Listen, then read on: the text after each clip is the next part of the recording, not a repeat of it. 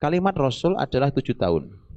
Muru auladakum bis-shalah wa hum abna sab'i sini 7 tahun itu kalimat Nabi perintahkan. Perintahkan anakmu sholat. Jadi Anda mulai perintah, ayo nak sholat zuhur, nak sudah waktunya asar. Perintah, ada perintah sholat. Dan itu perintah Quran juga, Pak. Ya. Wa'mur ahlaka bis-sholati wastabir 'alaiha. Perintahkan keluargamu sholat dan yang sabar, tolong yang sabar berlipat-lipat dalam nyuruh anak sholat. Kalimat Quran itu, Pak. Ditolong yang sabarnya berlipat-lipat, nggak sabar sembarangan. Makanya Quran mengatakan wastabir, ada toknya, dan harusnya wasbir dan sabarlah. Tapi oleh Quran tidak dibilang wasbir, karena kesabarannya nggak lazim kalau nyuruh sholat.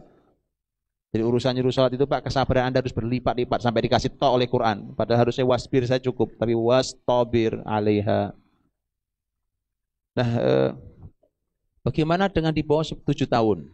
Di bawah 7 tahun, ahli ilmu mengatakan bahwa namanya pengkondisian. Bukan perintah. Pengkondisian itu anak di bawah 7 tahun, 6 tahun, 5 tahun, 4 tahun, 3 tahun. Pengkondisian itu kan gini, Pak. Suasana di rumah, kalau waktunya sholat tiba, ya semua bergerak menuju sholat.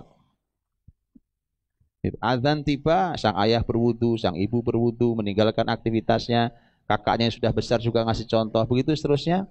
Dan sang anak tahu, ayah ke masjid dulu ya, ayah mau sholat. Oke. Karena itu pemandangan hari-hari, sang anak sekali-kali ingin nyoba, ya kan? Ibunya gelar sejadah, anaknya nyari sejadah juga. Ayo nak wudu dulu, enggak langsung sholat aja. Namanya anak masih kecil. Ya udah, ikut sini. Baru takbiratul ihram, Allahu Akbar, ibunya mulai, dia ikut Allahu Akbar. 3 detik pergi dia. Tik pergi dia. Sudah nggak apa-apa nih, itu anak di bawah 7 tahun, Pak. Jadi, dan ini kalau antum didik pakai konsep itu, antum nggak panik lihat anak orang lain. Oh, itu Pak, anak 5 tahun sudah kayak gitu. Jangan, tenang. Ya, jangan panik, jangan lihat anak orang lain. Konsepnya begini, beneran, Pak. Nah, jadi di bawah 7 tahun itu pengkondisian. Dikondisikan dan segala macam. Dan karena nanti menjelang 7 tahun Anda sudah harus mulai mengajari toharoh. Karena sholat nggak sah tanpa toharoh kan. Nanti Anda ajari tentang istinja, istijmar, tentang itu bersuci, tentang masalah bersuci, menghilangkan najis, apa yang najis, gimana kalau dia kamar mandi. Jadi toilet training itu, konsep toilet training itu nggak menarik menurut saya, Pak. Yang menarik konsep toharoh itu. Nggak menarik banget toilet training itu.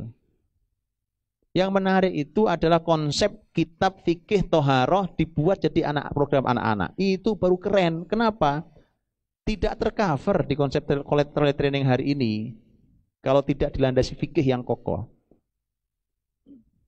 Masuk doa itu oke. Tapi coba lihat yang lain. Anda perlu gali itu, Pak. Gali di kitab fikih toharoh itu. Karena itu syarat untuk dia sholat, maka itu harus mulai diajarkan dari mulai dia ini kecil terus mandiri, makin mandiri, menjelang 7 dia sudah mandiri. Itu mandiri, dia mulai diperintah sholat, dia tahu cara berwudu. Namanya anak-anak ya. Tadi saya bilang, namanya umur 7 baru diperintah. Anda tugasnya merintah, Pak. Sholat nak, ayo sholat, perintah. Bahwa sekali waktu dia nggak sholat, sekali waktu dia ketiduran, susah dibangunin. Tenang, Pak, nggak usah panik, biasa aja. Memang belum waktunya.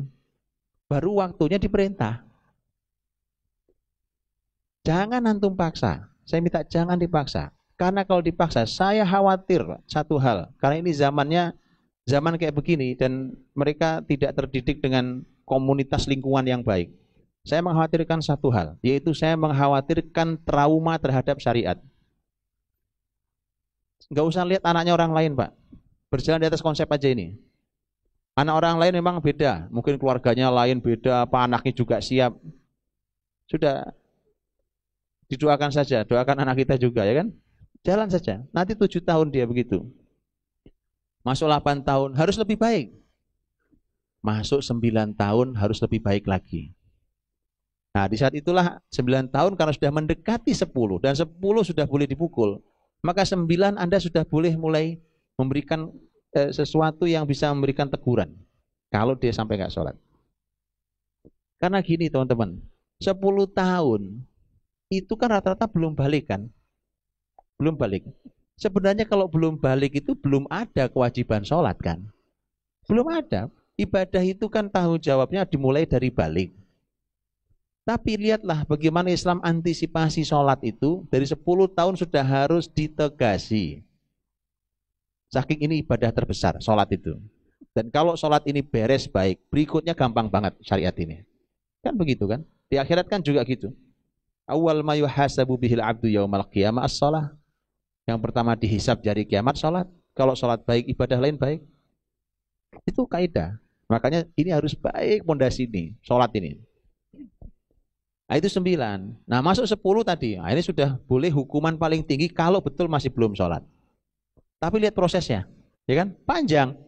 Nggak tiba-tiba dipukul. 7, 8, 9, 10. 4 tahun, Pak.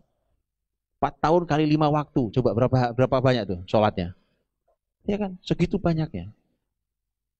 Makanya Quran mengatakan tolong yang sabar berlipat-lipat urusan ini. Baik. Kemudian, kapan anak diajak ke masjid? Tidak ada teks dalil yang pasti tentang kapan anak diajak ke masjid. Yang ada ijtihad ulama. Menurut Imam Malik rahimahullah taala, anak kata beliau, anak diajak ke masjid umur 5 tahun. Tapi yang saya tahu wallahu alam, ini tidak ada dalilnya. Wallahu alam. Tapi ini adalah ijtihad beliau mengingat bahwa anak umur 5 tahun itu sudah memiliki adab ke masjid. Sudah ngerti, kalau di masjid itu jangan berisik, jangan gaduh karena orang lagi ibadah. Baik. Dan masjid bukan tempat untuk berisik, gaduh dan segala macam. Jadi jangan gaduh. Biasanya 5 tahun sudah mulai paham. Tapi kalau anak-anak yang tidak terdidik adabnya, ya didik dulu. Bisa jadi lebih dari 5 tahun belum ngerti juga, ya kan? Tapi mungkin ada anak-anak yang sudah 5 tahun, 5 tahun bahkan di bawah 5 tahun sudah mengerti adab ke masjid. Nggak apa-apa juga ke masjid. Dipahami ya? Nggak apa-apa ke masjid. Karena cucu Nabi Hasan Husain itu ke masjid, Pak. Bahwa di masjid kemudian pipis, itu terjadi. Hasan pipis di masjid. Ya kan? Terjadi. Lagi sholat Jumat, Nabi lagi khutbah, orang lagi duduk di soft masing-masing, itu Hasan Husain jalan, di antara soft jalan. Itu, Pak. Kejadian.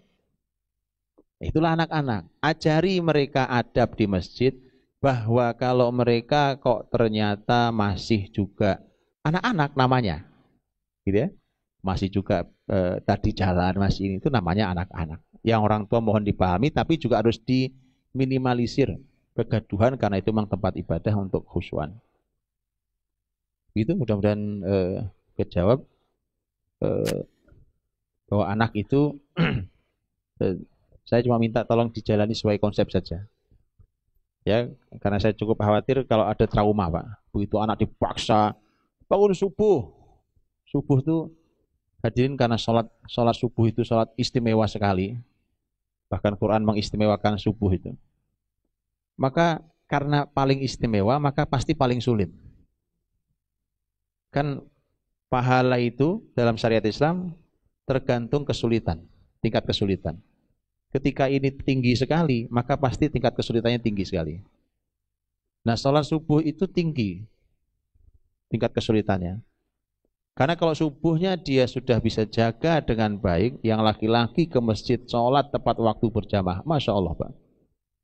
Itu anak mahal itu. Anak mahal, Pak. Itu kalau gede tolong dikasih tahu bahwa itu mantu yang terbaik, Pak. Iya, Pak. Ada laki-laki menjaga subuhnya dari sejak usia kecil mudanya itu. Masya Allah. Nah, jadi subuh juga gitu sama. Tolong jangan ikuti tadi saya bilang 7, 8, 9. Oke. Umpamanya anak kita 7 tahun, saya contoh 7 tahun. 7 tahun bangunin subuh susah banget umpamanya. Oke, Pak, Anda harus pakai seninya. Sekali waktu mungkin Anda berhasil, sekali waktu mungkin Anda nggak berhasil. Tapi dia harus sholat. Gitu ya.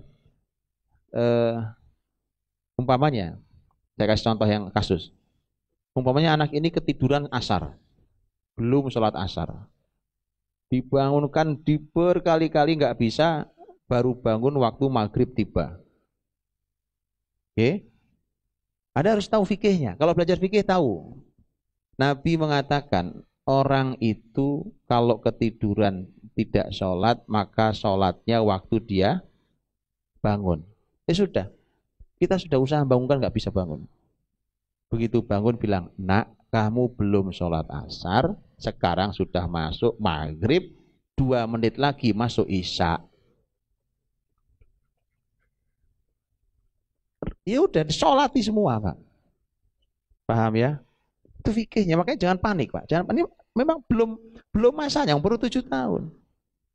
7 tahun, 8 tahun, begitu seterusnya. Nah, bertahap, itu dia 10 tahun, mesti sudah rapi, harus sudah rapi. 10 tahun. Ya, kalaupun sekali waktu salah, itu manusia, kita juga sekali waktu salah, Pak. Ya? Yang penting jangan meninggalkan sholat. Jadi 10 tahun dia harus ditarget. Bagaimana caranya dia 10 tahun sudah rapi sholat di masjid, apalagi laki-laki sholat di masjid. Bersama, sholat subuhnya. Itu mudah-mudahan dimudahkan.